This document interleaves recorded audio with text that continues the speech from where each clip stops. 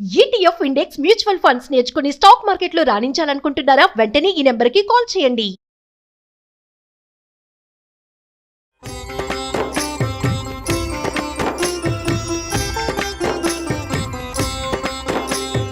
నమస్కారం.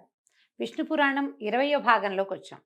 యదువంశ వర్ణన. యదువంశంలో ఏం జరిగింది, కృష్ణ పరమాత్మ తన మీదకి వచ్చినటువంటి శమంతకోపాఖ్యానపు నిందని ఎట్లా బాపుకున్నాడు, ఎట్లా శమంతకమణి యొక్క ప్రత్యేకత పరిడవిల్లేది, ఈ కథ అంతా విన్నామండి. ఇప్పుడు ఇక చంద్రవంశ వర్ణన గురించి చెప్తున్నారు. ఈ చంద్రవంశంలో అసిమిత్రుని కొడుకు శని కొడుకు సత్యకుడు, అతని సుతుడు సాత్యకి యుయుధానుడు అని కూడా మరొక పేరుందట. అంధకుని కొడుకులు రుచి కంబళ కకురబర్హులు. అట్లా అంధకుని వంశం నందు పుట్టిన వాళ్ళు అంధకులుగా వృష్ణి, యదు, వృష్ణి, కాంభోజ అంధకులు, ఈ నలుగురు ఇంచుమించుగా దగ్గర అన్నదమ్ముల కుటుంబాలు అన్నమాట అవి. ఈ అనుని కొడుకు ఆనకదుందుభి, అతని కొడుకు పునర్వసుడు. అవాని కొడుకు ఆహుకుడు, ఆహుకునకు దేవకుడు, ఉగ్రసేనుడు అని 2 కుమారులు. వృకదేవ, ఉపదేవ, దేవరక్షిత, శ్రీదేవి, శాంతిదేవి, దేవకి, సహదేవి అని 7 కుమార్తెలు. ఈ కన్యకలందరినీ వసుదేవుడే పరిగ్రహించాడు.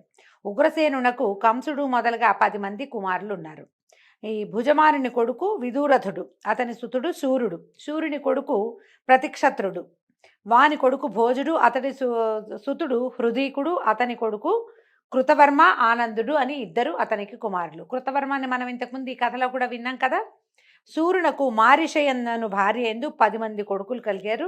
వాళ్లలో సుదేవుడు పేరుగాంచినవాడు. వసుదేవుడు పుట్టిన సమయంలో దేవతలు, మా ప్రభువైన విష్ణువు ఈ మహాత్ముని కుమారుడే పుట్టి మాకు సిరివైభవాన్ని విశేషించి కలిగించుగాక అని ఆనకదుందుభి వాద్యంతో అభినందించారట. అందుకని వసుదేవుడికి ఆనకదుందుభి అనే పేరు కూడా వచ్చింది. ఈ వసుదేవునికి 5 చెల్లెళ్ళట. ఇందులో పృథ, శృతదేవ, శృతకీర్తి, శృతశ్రవ, రాజాదిదేవి అని 5 అపచెల్లెళ్ళు ఉన్నారు ఆయనకి. ఈ కుంతి అనే రాజు సంతానం లేక కలతపడుతూ శూరుని ఒప్పించి పృథను దత్తపుత్రికగా తీసుకున్నాడు. ఆమె పౌరవకుల మాణిక్యమైన పాండురాజ పత్ని అయింది. ధర్మరాజు వరం చేత 1 కొడుకుని, వాయుకృపతో 1 కొడుకుని, ఇంద్రుని వరంతో 1 కుమారుణ్ణి కన్నది. ధర్మరాజు, భీముడు, అర్జునుడు అని వరుసగా వాళ్ళ పేర్లు. అయితే వివాహం కాకముందే సూర్యవర ప్రభావంతో 1 కుమారుని కన్నది. అతని పేరు కర్ణుడు.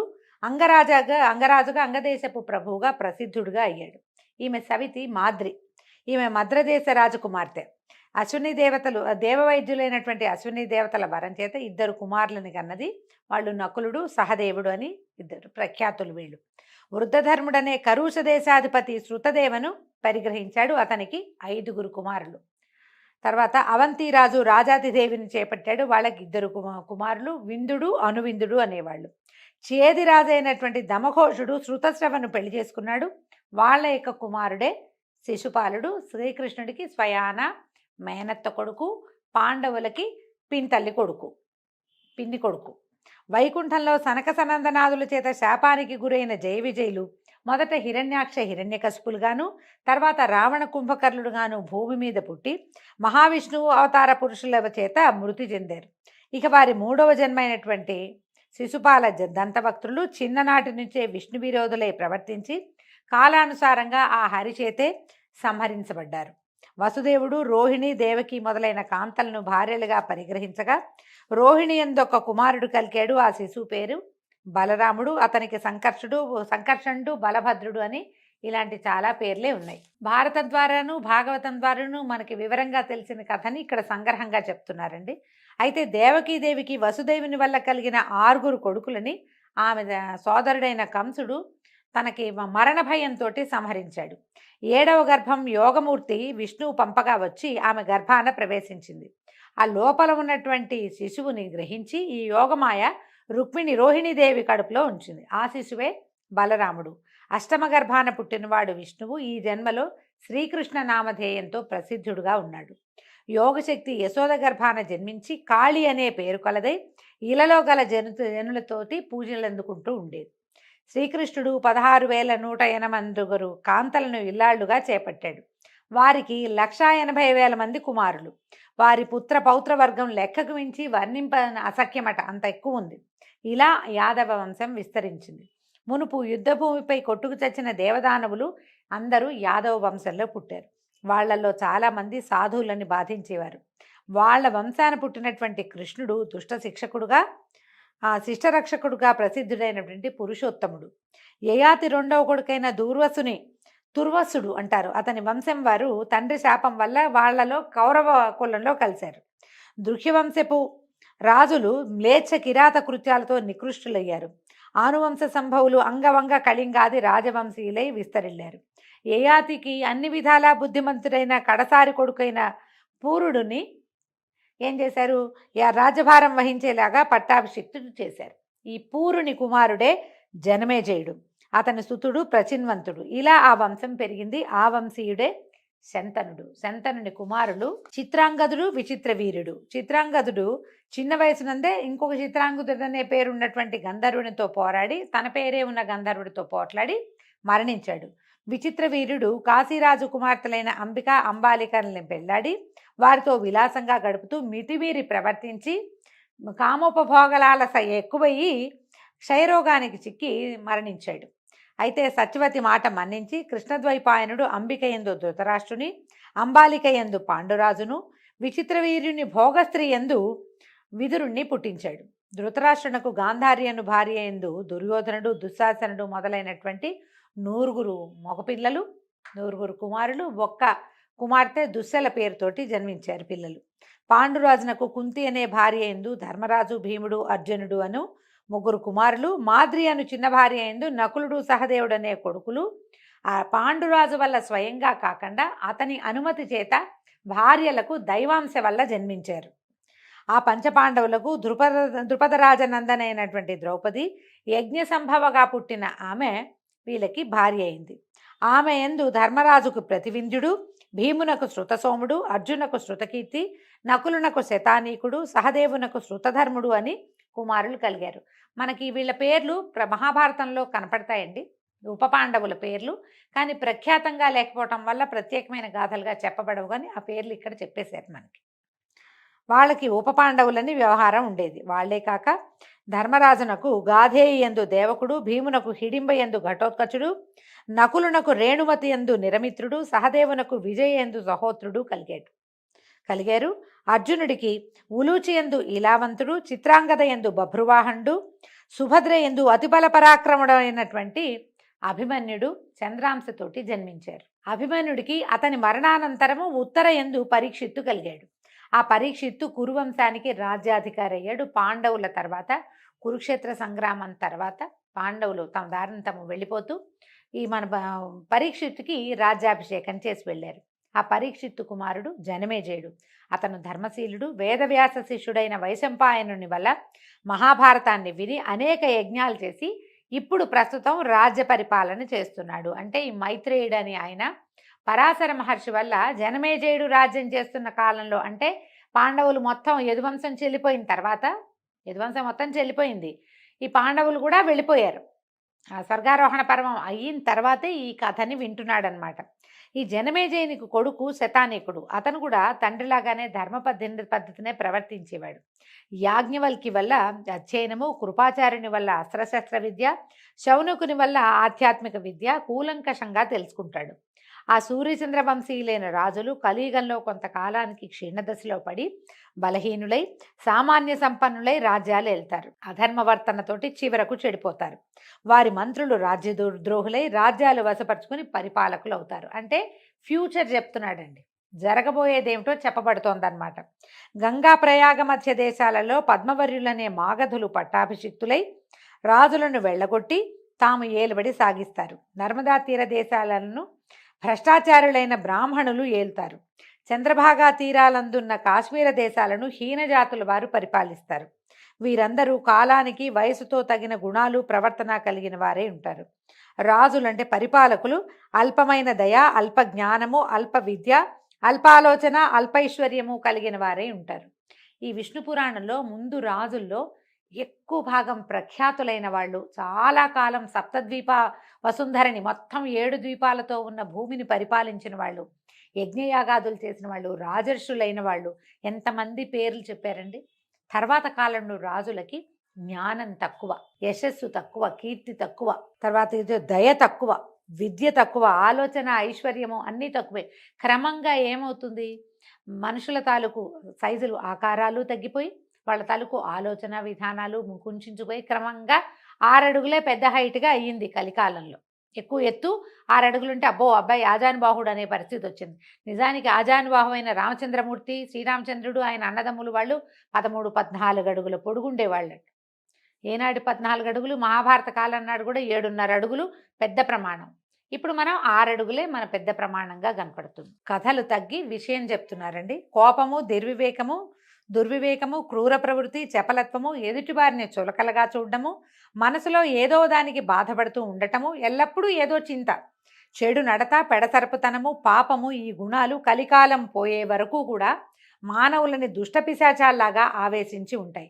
ఇది ఎప్పుడు మొదలైంది? జనమేజయుడి తర్వాత కాలం నుంచి అక్కడ కొంచెం స్లోగా ఉండి అయినా కూడా రాజులు ఉండి క్రమంగా కలియుగం వచ్చాక ప్రబలిందనమాట.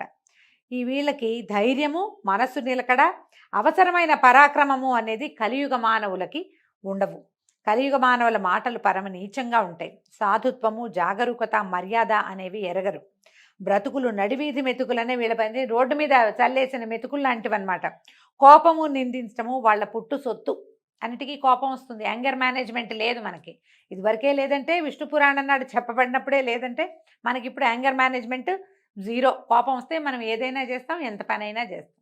అన్నీ కూడా ఎక్కువ భాగం మన వల్ల జరిగే పొరపాట్లన్నీ కోపంలోనే, ఆలోచించకుండా అనాలోచితంగా చేసేవే కనపడతాయి. గోహత్య, స్త్రీహత్య, శిశుహత్య అనేవి కలికాలం జనులకి సహజమైన గుణాలుగా ఉంటాయి. కలియుగమందు జనులు పరధన పరకాంత ప్రియులుగాను, అల్పాల్ప బలులుగాను, జీవించి ఉన్న శవాల్లాంటి రూపాలు గలవారుగాను, అసత్య భాషణలు, దీంతో పాటుగా నాస్తికవాదులు ఎక్కువ సంఖ్యలో ఉంటారట. వేదాలకు, యజ్ఞాలకు స్థానం లేదు, ఉండదు. బ్రాహ్మణులు కింది జాతి వారిని సేవిస్తూ వారిచే ధనబలంతో బతకవలసి వస్తుంది. అన్ని విధాలా బలం కలవాడే ఇప్పుడు ప్రభువుగా ఉంటాడు. ధనధాన్యాలు సమృద్ధిగా కలవాడే మాన్యుడు. సభలలో ముందు వెనక చూడక నోటికి వచ్చినట్టుగా నిర్భయంగా బాగేవాడే పూజ్యుడు. నౌకరీ చేసేవాడే హితుడు. ఇలా ఉంటుంది కలియుగ ప్రభావం. ఇలా ఉంటుందని జనమేజయుడి కాలం నాటి విష్ణు పురాణంలో చెప్పబడిందండి. వ్యాసప్రోక్తమే ఇది. ఇంకా వినమంటున్నారు. ధనం ఉన్నవాడే గొప్ప కులంలో పుట్టినవాడిగా గౌరవం పొందుతాడు. శరీర బలమే ధర్మం, అందచందాలే వివాహ కారణాలు, శౌర్యమే వ్యవహారానికి ఉండవలసింది, అన్యాయమే వృత్తికి మూలంగా ఉంటుంది, దౌర్బల్యమే కిందకి దింపుతుంది. ఇలా ఈ దోషాలు అన్ని జాతుల్లోనూ ఉంటాయి. ఈ కలియుగ మానవులకి ఆయు ప్రమాణం 120 సంవత్సరాలట. అప్పుడు చెప్పబడింది అనమాట. తేనె, కూరగాయలు, ఆకులు, పువ్వులు, ఆహారము, నారబట్టలు, తర్వాత అలా నేత బట్టలు వస్త్రాలుగా ఉంటాయి. సంతానం మితిమీరి బహుకష్టాలకి మూలమవుతుంది. శ్రౌత స్మార్త క్రియలకు స్వస్తి పలుకుతారు, వాటిని ఆచరించరు.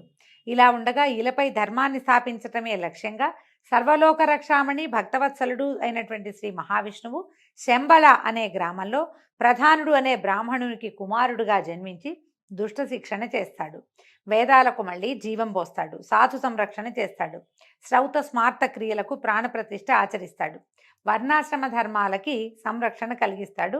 ఈ అవతార పురుషుని, పరమ పురుషుని పేరు కలికి అని రాశారండి. ఈ విధంగా కలియుగం తీరి కృతయుగ ధర్మం 4 పాదాలతో నిర్బంధంగా ప్రవర్తించగా సురలు ఆనందంతో ధరణికి వచ్చి నరులతో కలిసి సగౌరవంగా ప్రవర్తిస్తూ ఉంటారు.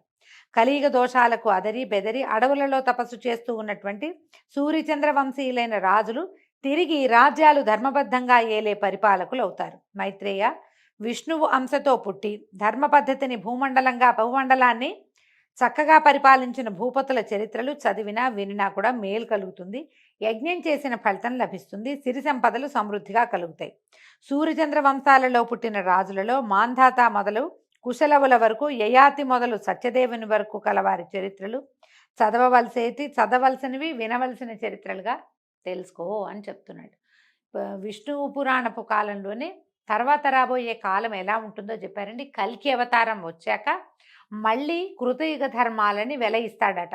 అంటే ఇంకా అధ్వానంగా పోవాలి మనం.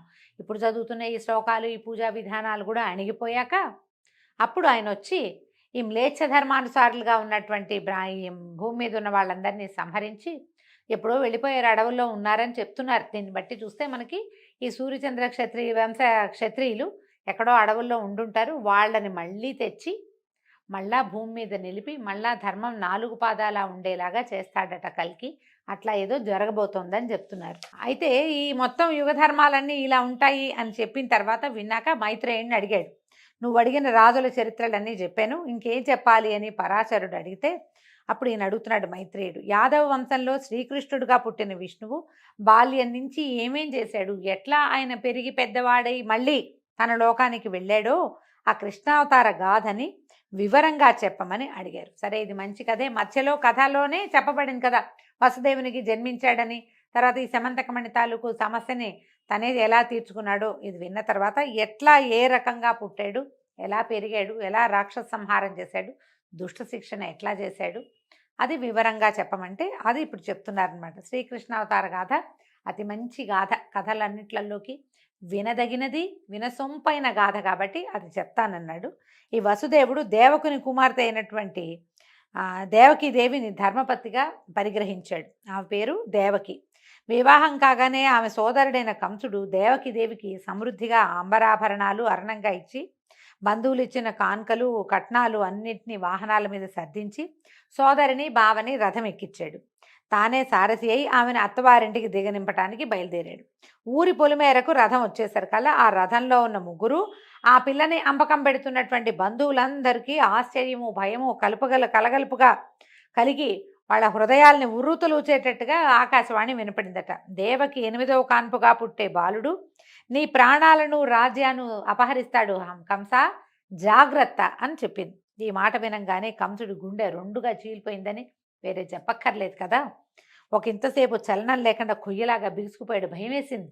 నిర్ఘాంతపోతారు కదా, కోపంతో రెచ్చిపోయాడట. తోబుట్టువు ఆడది అనే జ్ఞానము ఆదరణ లేక కత్తి తీసి చెల్లెలి జుట్టు పట్టుకుని ముందుకు వంచి తల నరకపోగా చటుక్కుని వసుదేవుడు చేయి పట్టుకున్నాడట. ఏమయ్యా, నీలాంటి గొప్ప దొర ఇలా దారుణమైన మారణ కృత్యం, సొంత చెల్లెలు పైగా పెళ్లి కూతురు, ఈమెని గాలి మాట విని స్త్రీవతకి ఒడగడతావా నువ్వు? గాల్లో వినపడిన మాట ఇంతమంది 10 మంది బంధుమిత్రుల మధ్యలో స్త్రీవధ చేయటానికి ఇట్లా తెగ నరకడానికి సిద్ధపడ్డం లోకం ఏమనుకుంటుంది? రేపు నువ్వు రాజువు కావాలి, నీ తండ్రి ఇప్పుడు రాజు, నువ్వు రేపు రాజు కావాల్సిన వాడివి. నిన్న పెళ్లి చేసావు, ఇవాళ అత్తారింటికి సాగనంపుతూ ఏ తప్పు లేని చిన్నారి చెల్లెల్ని ఇట్లా కొప్పు పట్టి పీక కొయ్యడానికి ముందుకొస్తున్నావు. ఇది ఏం పద్ధతి? నీ జీవితానికి ఇది మాయని మచ్చ. నా మాట వినని ఆపాడు. ఆకాశవాణి మాట నీకు ఆపద కలిగించేట్టుగా నువ్వు భావిస్తే నువ్వు కలత పడకు. దీనికి కలిగే ప్రతి బిడ్డని పుట్టగానే నేను నీకు తెచ్చిస్తాను. నా మాటకి ఈ పంచభూతాలే సాక్షి అని ప్రమాణవాక్కుగా చెప్పేసరికల్లా వసుదేవుడు చాలా అద్భుతమైన చరిత్ర కలిగినవాడు. ఆడిన మాట తప్పడు. పైగా ఆనక దుందుబిగా పేరు పొందినవాడు. అతను పుట్టినప్పుడు ఆకాశం నుంచి దేవదుందుబులు మోగినాయి. అతను ఇలాంటి వాడి మాట మరి ఒప్పుకోవాలి కదా, బావ మాట. అందుకని ఏం చేశాడు ఆయన? సరే, చెల్లెలు జుట్టు విడిచి ఇద్దరిని తిరిగి తన నగరానికి తీసుకొచ్చాడు. వాళ్ళని ఒక ఇంట్లో ఉంచాడు. బోళ్ళంత మందిని కాపలా పెట్టాడు. రోజు వచ్చి చూసెళ్తూ ఉండేవాడు. ఇలా ఉండంగా ప్రజాభారంతో వాడిన మోముతోటి ఆ బాధ నుంచి ఎట్లా బయటపడాలో తెలియని భూదేవి ఏం చేసిందట? ఆదిత్య యక్ష గంధర్వులు వెంటరాగా బ్రహ్మదేవుడి దగ్గరికి వెళ్ళిందట. వినయంతో మొహం వంచి చేతులు జోడించి, అయ్యా, నాకు మామూలు పీడ కాదు, నేను ఈ భారాన్ని భరించలేకపోతున్నాను. లోకకంటకులైన ఎందరో రాక్షసులు నా నెత్తి మీద భారంగా ఉన్నారు. వీళ్ళందరికీ జీవిత ప్రమాణాలు చాలా పెద్దవి. వాళ్ళేమో ఉన్మత్తులు, క్రోధవశులు, వాళ్ళని భరించడం నా వల్ల కావట్లేదు అని పేర్లు చెప్తోంది. కంసుడు, శిశుపాలుడు, జరాసంధుడు, దుర్యోధనుడు, బాణాసురుడు, నరకుడు మొదలైన దుష్టులను వాళ్ళ అనుచరులను సహచరులను పేరు పేరున చెప్పింది. దుర్యోధనుడి పేరు అప్పటికి లేదు. దుర్యోధనుడు పుట్ల కృష్ణుడి తర్వాత పుట్టాడు దుర్యోధనుడు. కొంచెం లేదా కాస్త అటు ఇటుగా కొంచెం కొన్ని నెలల తేడాతో పుట్టుంటారు. వీళ్ళందరి పేర్లు చెప్పింది. వీళ్ళందరూ ఉన్నారు, వీళ్ళతో నేను ఇదైపోతున్నాను. ఒక యుగం మారినా కూడా మరణించకుండా వాళ్ళు నా ప్రాణం తీస్తున్నారు నాయన, నేను మొయ్యలేకపోతున్నానంటే అది విన్న బ్రహ్మ ఏమన్నాడంటే, అమ్మా, నీకు కలిగిన ఈ బాధ తీర్చడం నాలాంటి వాడికి అశక్యం, నేనేం చేయలేను. వీళ్ళందరినీ పుట్టించగలను, వాడు ఎవడైనా తపస్సు చేస్తే వాళ్ళకి నేను వరాలు ఇవ్వగలను, కానీ వాళ్ళని తొలగించడం నా వల్ల ఏ పని కాదు. భక్త రక్షామణి, అన్నిటికీ కారణభూతుడైనటువంటి శ్రీ మహావిష్ణువు ఏదైనా చేయగలడు. పద, మనం ఆ దేవదేవుడికే ఇది మనవి చేద్దామని అప్పుడు పైనుంచి మునులతో దిక్పాలులతో భూదేవిని స్వయంగా తీసుకుని వెళ్ళి శ్వేతద్వీపవాసిగా ఉన్నటువంటి భగవంతుని దగ్గరికి చేర్చాడట. ఆ ద్వీపం ఆనందానికి రూపమట శ్వేతద్వీపం. వేదధ్వనికి దీపం, దేవకాంతల సంగీతానికి సంకలాపం, ఈ వైకుంఠానికి సమీపంలో ఉందట అది. ఇప్పుడు ఈ దేవతలందరినీ తీసుకుని బ్రహ్మదేవుడు ఈ వైకుంఠానికి దగ్గరలో శ్వేతద్వీపంలో కులాసాగా కాలక్షేపం చేస్తున్న విష్ణుమూర్తిని చూడడానికి వెళ్ళాడు.